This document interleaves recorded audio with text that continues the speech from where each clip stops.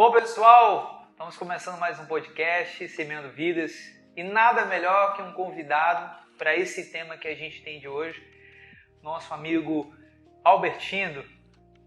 Pode falar um pouquinho para ele aí sobre o tema? A gente vai falar um pouco sobre a saída de jovens e adolescentes na igreja, né? Pós a pandemia. E defina aí, Albertino, o termo de jovem cristão. Beleza, antes de qualquer coisa eu quero me apresentar, né? Muito prazer, como a Bel já deu uma citada. Todo mundo me conhece como Albertino Filho, ou Albertino, ou Albert Einstein, como eu gosto de ser chamado, brincadeiras à parte. E em relação à temática, achei muito importante mesmo, porque é o cenário que a gente convive hoje, né? E talvez uma definição hoje para jovem cristão, é isso? Uhum. Seja primeiro, que ame a Deus sobre todas as coisas. Então, um jovem que se considera cristão, ele não internaliza isso, ele externaliza, né? A sua fala entrega que ele é cristão, as músicas que ele ouve entregam que ele é cristão, a sua conduta pessoal entrega que ele é cristão. Então, acho que uma definição para jovem cristão na atualidade hoje é externalizar quem Cristo é. Assim, Albertino, é interessante o que você falou, mas assim, eu queria saber mais em relação a como foi tua caminhada. Eu sei que você ainda é jovem, tem os seus 22 anos, mas tipo assim, para que alguns jovens que estão em casa possam saber da sua caminhada desde a adolescência até os seus 22 anos, porque assim, um jovem de 22 anos estando dentro da igreja, hoje é muito difícil, raro, né? A caminhada chegar até os 22 anos hoje é muito raro, porque ou se desvia, ou volta, aí vira aquela salada de fruta, ou só frequenta. Então seria importante a galera entender um pouco de como foi a sua caminhada, o que te faz permanecer, o que te faz assim, estar dentro da igreja, porque a gente sabe que a igreja em si ela é falha, né? Então eu queria saber disso de você. A constância, no caso, para a gente ter um entendimento melhor sobre isso, é compreender que sempre existirão dias bons e ruins na nossa caminhada, né? A gente vai ter dias que vai acordar super crente, mas vai ter dias que não. E o que vai definir a nossa caminhada é justamente a constância nesses dias ruins. Então, Cristo, ele quer o melhor de mim, ele quer que eu me esforce ao máximo, mas ele entende as minhas fraquezas porque nós temos duas naturezas. E falando sobre o meu testemunho pessoal, como foi a pergunta, eu tenho 22 anos e eu caminho desde realmente bebezinho, né? Minha mãe me traz para a igreja desde criança mesmo. E sim, eu tive falhas na caminhada, mas nunca me afastei da igreja, nunca saí dos caminhos. E eu acredito que o que mais me fortaleceu foi compreender desde cedo o que Deus ele queria para mim. E isso não foi fruto do acaso, mas também foi esforço muito, eu gosto muito de frisar isso, da minha família que me ajudou, principalmente a minha mãe, a minha tia Eunice, que sempre esteve ali, assim como foi Timóteo, né? Quando Paulo até fala que ele permaneça naquilo que ele aprendeu desde sua meninice, com a sua mãe Lloyd e sua avó Eunice. Então, é muito importante a gente compreender isso, que a nossa caminhada hoje, ela é muito sobre o coletivo. E a minha, especialmente, foi sempre sobre plantações na minha vida, semeaduras, onde a minha mãe, a minha tia investiu bastante, acreditaram em mim, né? E hoje eu estou aqui por conta de orações, né? Muitos joelhos no chão, muito puxão de orelha também, e acredito que seja isso. Então, Albertino, você falou sobre Timóteo, né? Cite aí alguns jovens temente ao Senhor na Bíblia Sagrada. Eu gosto muito de Timóteo, eu não vou mentir, porque dentre os diversos jovens da Bíblia Sagrada, Timóteo tem um destaque porque ele começou seu ministério muito cedo, né? Alguns estudiosos afirmam que ele começou a pastorear na faixa etária de 18 a 19 anos, uma igreja que não era uma igreja judia, né? Ele foi um pastor de gentios, a linguagem da época, mas não somente ele. Davi é um exemplo de um ministério jovem, Samuel também começou muito jovem, né? Então são exemplos de diversos homens e mulheres de Deus, né, que influenciaram o seu período histórico e hoje nos servem de exemplo para a caminhada cristã. Cara, assim, pensando aí do que tu falou, então, eu tenho um entendimento assim, meu ponto de vista, Sim. é o seguinte, a gente tem como exemplos esses homens da Bíblia e tal, só que a Bíblia, Jesus diz que nós, jovens, teríamos visões, nós teríamos, né? Vou fazer 30 anos, então, tipo assim, eu já vi muita coisa no meio de jovem, né? Eu digo que essa geração pós-pandemia é uma geração um pouco diferente, porque a gente fala da questão dos pais. Você falou que o ambiente, o coletivo que forma um jovem. Hoje eu não vejo que nós temos um coletivo tão bom para formar um jovem. Hoje o jovem está bombardeado de muita coisa, de muita informação, porque os pais já não conseguem tanto dominar algumas coisas dos filhos, porque realmente a sociedade mudou em si, né? Então, assim, não polemizando, mas assim, o que você vê? Qual é a sua expectativa, assim? Porque vamos tirar essa questão padronizaçãozinha, tipo, porque o jovem ele tem que ter isso. Não é uma receita fácil. Então, assim, o que você vê? Seja bem sincero, o que você vê, cara? Tipo assim, poxa, o que você está vendo hoje da juventude em relação a esse crescimento? Vendo assim os adolescentes já chegando nessa fase mais adulta, porque assim, a realidade não condiz com a nossa. Então é um problema sério. Não adianta nós se basear em história de outros, né? Sim. A gente tem que tentar sermos um Samuel na nossa geração, que é muito difícil. Sermos um Timóteo na nossa geração, porque eles já foram, agora tem que ser a gente. O que você acha dessa geração? O que você vê? Qual que é a perspectiva? Do modo, seja bem sincero, do modo que você vê mesmo. Assim, de um jeito assim, bem profundo. Cara, é uma pergunta chata. O cara gosta de polêmica, né? Mas... Eu não vou perder essa chance. Eu não vou citar realmente personagens aleatórios, ok? Eu tenho 22 anos, vou fazer 23 agora esse mês, inclusive, de maio. Mas, pelo menos, a gente basicamente viveu ali o mesmo período de, digamos assim, de beber da mesma teologia, né? Eu lembro que há mais ou menos 10, 15 anos atrás, o jovem era fissurado em Bíblia. E se ele não fosse, existia uma imposição para que ele, pelo menos, amasse as Escrituras. Então, o que eu vejo hoje é que não há mais um ensino sobre amar as Escrituras. E, poxa, as Escrituras é o nosso principal mapa do tesouro, certo? Se eu quero conhecer Jesus Cristo, eu não preciso ir para um culto onde, sei lá, tá pegando fogo sobre movimentos, revelações, visões. Não, eu preciso me aprofundar nas Escrituras, porque ela é a revelação de quem Cristo é, desde Gênesis ao último capítulo de Apocalipse. Então, pelo menos na nossa época, a gente, cara, foi fundo nisso. E eu posso até dizer que nessas águas, a gente mergulhou e conheceu o Deus que movimenta as águas. Mas já o cenário hoje é totalmente diferente. A gente percebe que as pessoas hoje, e não falo só os jovens, né? Mas a maioria da atualidade dos cristãos hoje, eles buscam mais o movimento das águas do que o Deus que movimenta as águas. Então, realmente é preocupante, né? O conselho que eu sempre dou para qualquer jovem que eu converso é: ame as Escrituras, se aprofunde nela. Cara, a minha mãe, eu não tenho vergonha de dizer isso aqui, ela não é alfabetizada, certo? Então, poxa, o que foi que ela me ensinou?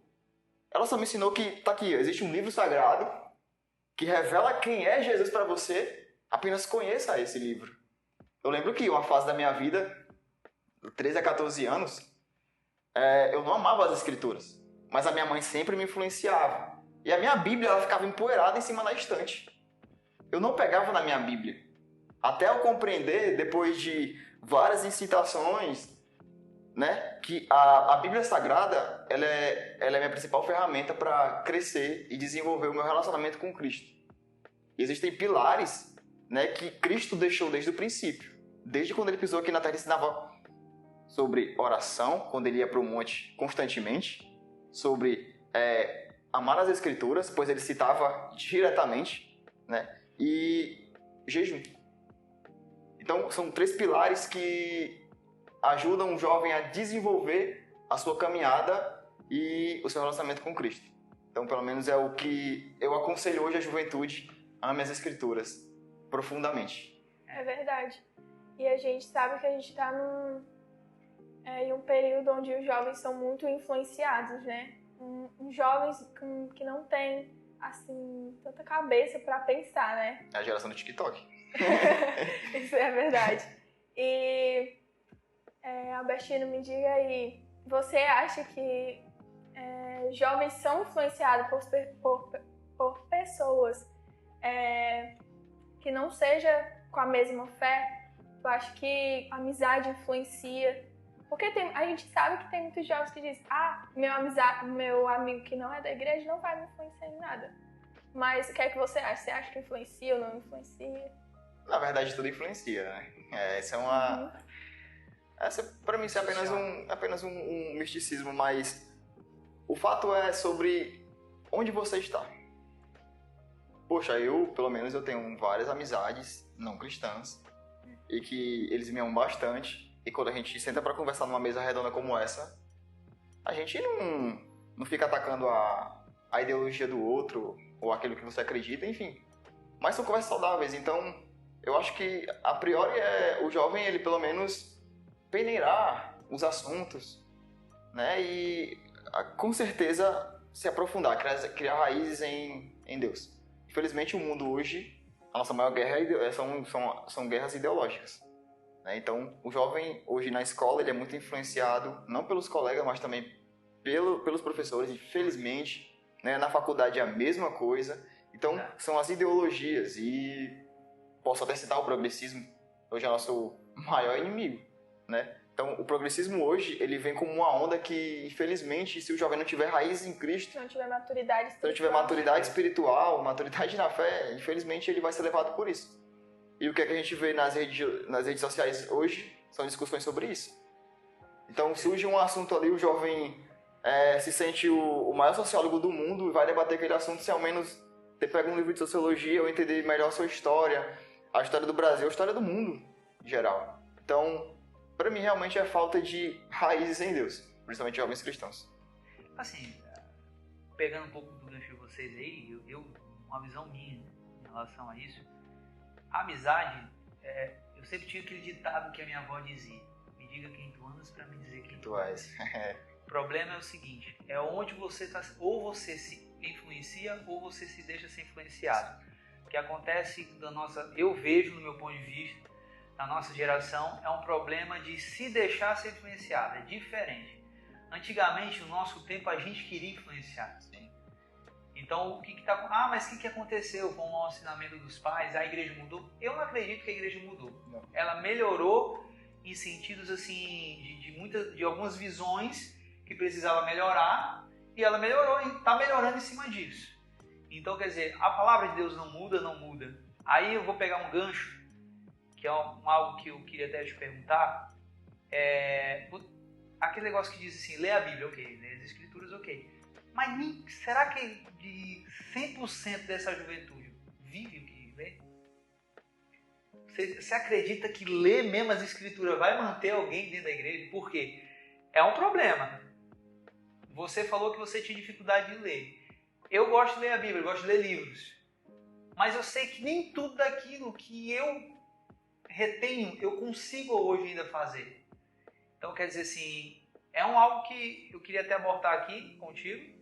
Você acredita que essa juventude, porque na nossa muitos não viveram lendo, mas e essa juventude? Você acredita que isso é uma saída para que eles estejam mais dentro da igreja? É chato. Cara, mas o pior que eu acredito, eu vou falar por quê.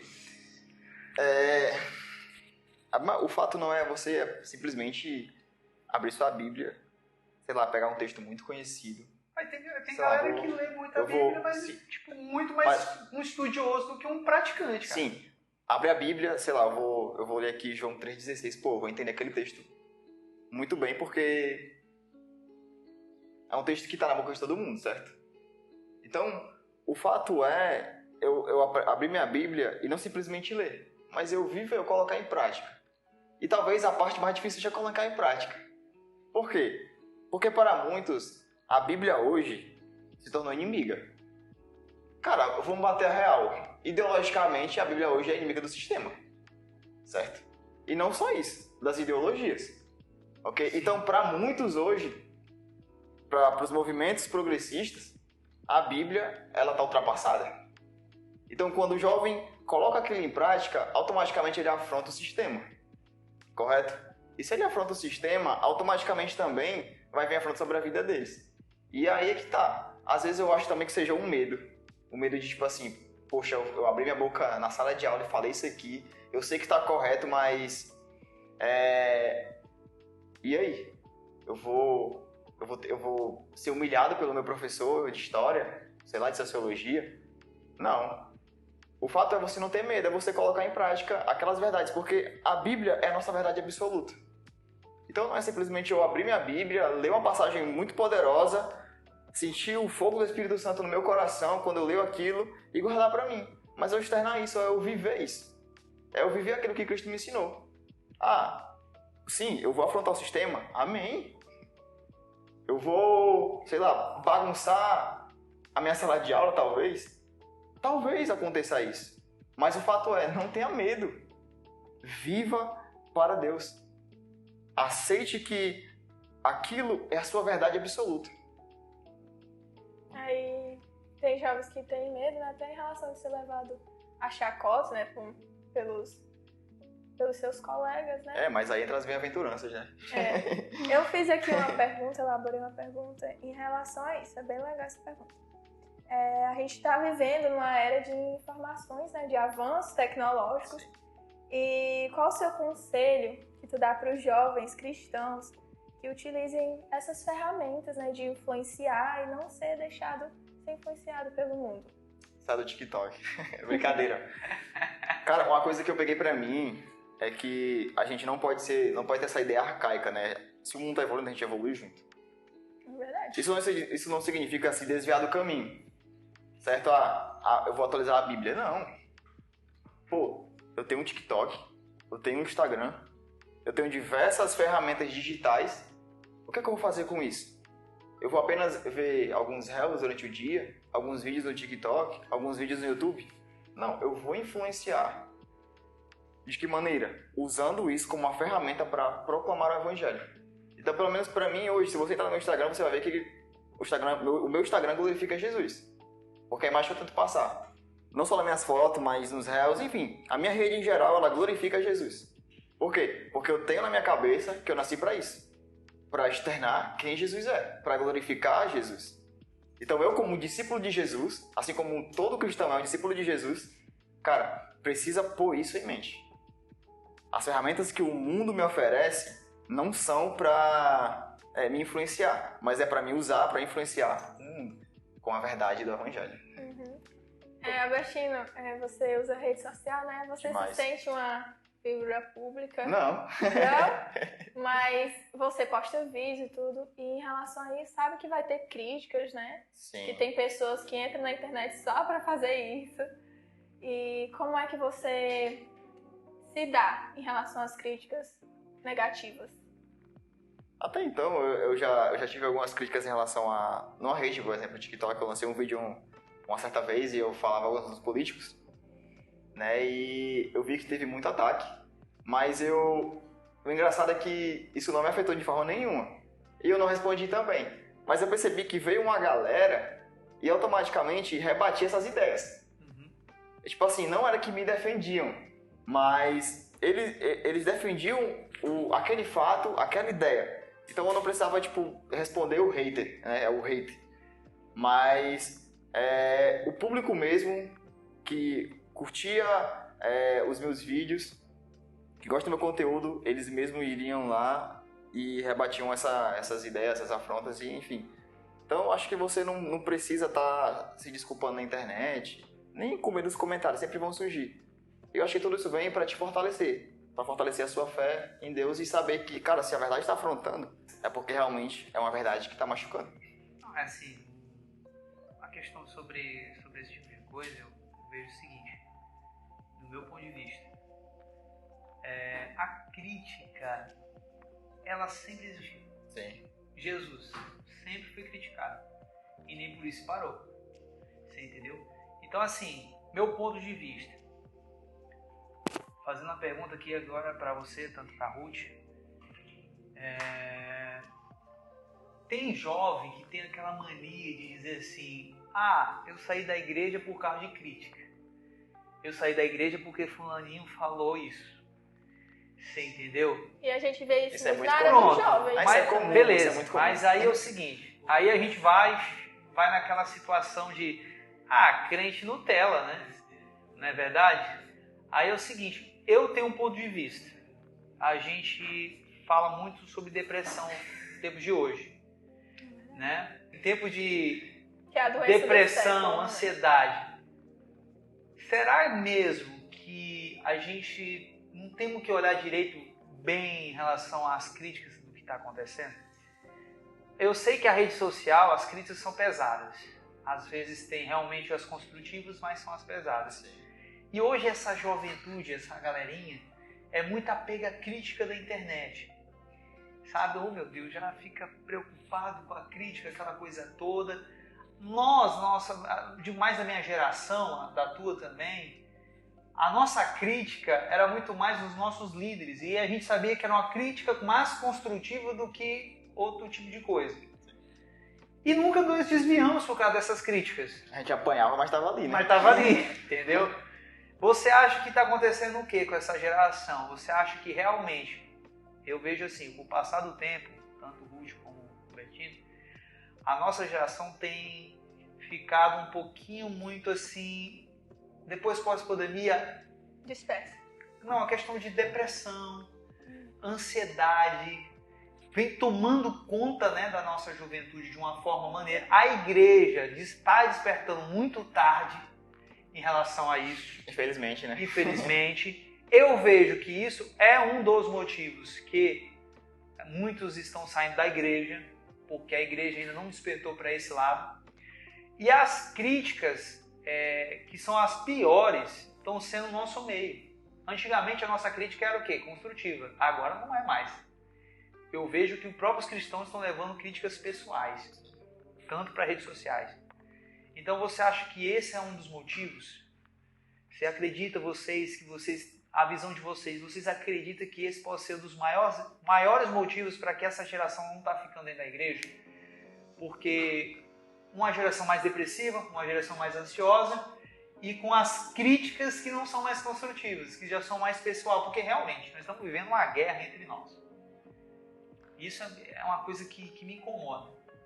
E isso está fazendo mal para a juventude, porque cai sobre ela. Vai cair realmente sobre ela, porque é o elo mais fraco que eu vejo da igreja é a juventude. Então, assim, eu quero ver a opinião de cada um de vocês. Apesar de biblicamente ser a que tem mais confiança, né? Cristo Jesus e João, você tá isso. Já vocês são fortes, né? E vocês são fortes. Ela quer falar sobre isso ou tem que falar? Os dois, aqui pode agora Tá aberto, né? Tá aberto. Isso realmente é um... Porque realmente é uma coisa complicada.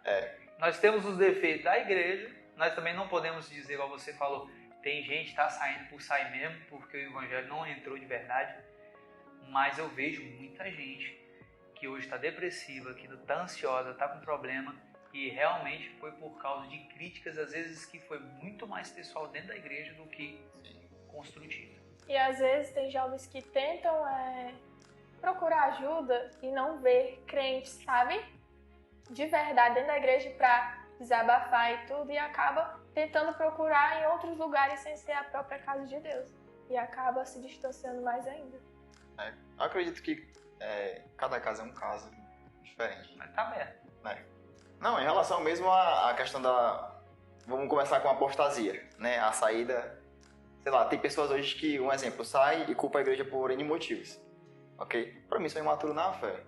Porque, primeiro, uma coisa que... Não viu Cristo ainda. Pronto, uma coisa que eu ouvi sempre da minha mãe, né? Ela falou assim, meu filho, você vai pra igreja, você entra na igreja, tá lotado de pessoas falhas. Entendeu? A igreja não tem pessoas saudáveis, cara. Não é céu, né? A gente não tá no céu ainda. Ou seja, lá tem pessoas de todos os tipos. Infelizmente, a gente convive hoje com o trigo também e com o joio. Ok? Então, sobre a questão da apostasia aí, em relação a culpar a igreja por alguns motivos que me afetaram no âmbito pessoal, cada caso é um caso, ok? Mas na maioria deles, poxa, tu vai pra igreja pra olhar pras pessoas. Minha mãe sempre batia de frente comigo em relação a isso. Você vai pra igreja com um único objetivo. Você vai entregar o seu culto a Cristo. Com certeza. Então, você entra naquele ambiente de glória, o céu vai descer ali, você vai sentir a presença, você vai cultuar quem merece o culto, que é Cristo, e acabou. Você não deve nada a ninguém, entendeu? A única coisa que você vai fazer lá é entregar o seu culto a Cristo e morreu. Mas assim, pegando um gancho aí, tu não acha assim que é difícil das pessoas assimilar isso? Porque eu sou sincero, na minha caminhada com Cristo, eu já vi muito jovem que os pais falavam da mesma forma, que o pastor falava da mesma forma, e por causa de uma crítica muito severa, ele desanimou da fé. Então, tipo assim, tu acha que realmente, porque é uma coisa difícil. Sim, sim. Pra você estar dentro da casa de Deus focando só em Cristo, você tem que estar muito em Deus mesmo, porque é muito difícil. Eu já teve uma situação comigo que eu pensei em desistir porque eu querendo fazer a coisa certa e eu ter que ser justiçado por querer fazer a coisa certa. Aí pronto, aí você se sente dentro da igreja, você sendo justiçado para fazer uma coisa certa por um líder. Então quer dizer, realmente isso te detona, isso te coloca lá embaixo. Por mais que você é crente raiz, de ler a Bíblia, de orar, às vezes você ora em silêncio, Deus não responde e a sua tristeza vai batendo. Parte chata, né? É a parte pior. E aí que eu fico preocupado, porque tem gente que realmente tem dificuldade de ver isso aí. Sim, mas é como eu falei, cada caso é um caso. Então é o seguinte, realmente tem críticas pesadas e, meu Deus, quem não já levou, sei lá, um puxão de orelha assim que não merecia. Pronto.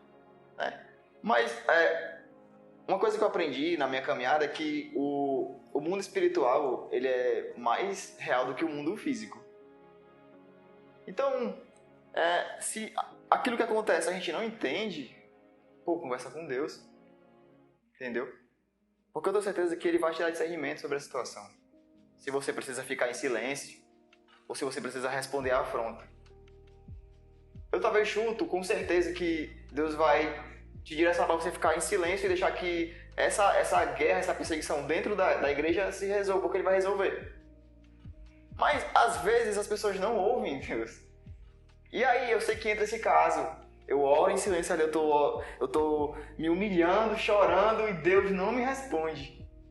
Mas também não é no meu tempo. É no tempo de Deus a resposta.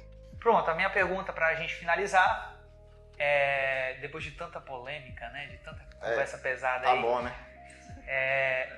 Fale alguma coisa que você vê, a esperança que você tem em relação ainda a essa juventude. Esse aqui foi fácil. Esse aqui... Cara, a esperança é a última que morre, né? Já está popular.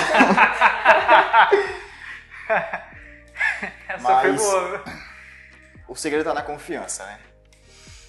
Eu me apego muito às escrituras e eu me apego muito àquilo que João lhe falou acerca de nós. Jovens, vocês são fortes, vocês já venceram o maligno. Então o que falta é a gente realmente só acertar o alvo. Porque eu entendo que a caminhada é cheia de dificuldade, altas tempestades, às vezes a gente está aqui na popa do barco e a gente, sei lá, não olha pra ele. Mas, de todas as formas, o segredo é você perseverar em dias ruins. Eu acordei sem vontade nenhuma de orar, mas eu vou lá e vou orar. Eu acordei sem vontade nenhuma de ir para a igreja, para uma reunião de jovens, enfim, qualquer coisa, mas eu vou matar minha vontade de não ir e vou chegar lá. Então, até porque a gente sabe que é uma luta constante entre a carne e o espírito. Constante. E poxa, quem que não já falhou na caminhada? Ninguém quer santo, ninguém quer superão. Uma vez eu me coloquei no lugar de super-homem e levei um baita amor da vida, né?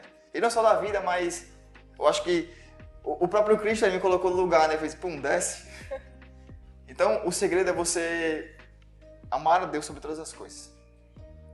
Sabe, é um mandamento tão simples que Cristo ele nos deu. Ame a Deus sobre todas as coisas. E o segundo, no seu próximo, como a si mesmo. Então, quando ele fala que nós devemos amar a Deus sobre todas as coisas, ao Pai, isso significa que a minha vida ela precisa estar dedicada a isso. A provar o meu amor por Ele. E como eu provo meu amor por Deus? Externando a beleza de Cristo. Então, na caminhada cristã vai surgir diversas dificuldades. O Cristo nunca falou que seria fácil. Mas a prova da nossa constância vai estar nisso. No nosso amor para com Ele nos dias ruins. Então, toda luta que vem não é uma luta que, sei lá, Deus pegou do acaso e jogou nas tuas costas. Não, Ele sabe o depósito certo que Ele vai colocar sobre ti. Então só confia e te manda. Porque o resto Deus cuida. Alguma consideração, Ruth? Então não, era só isso mesmo, né? Amém. Ele Que falou Deus te abençoe. bem completo, né, sobre isso. Gente, então fique aí com Deus. Mais um podcast. Que você, jovem, possa ser ajudado através do que a gente tentou falar aqui. Fique ligado. Até a próxima. E fique firme. E um abraço, hein? Tchau, tchau.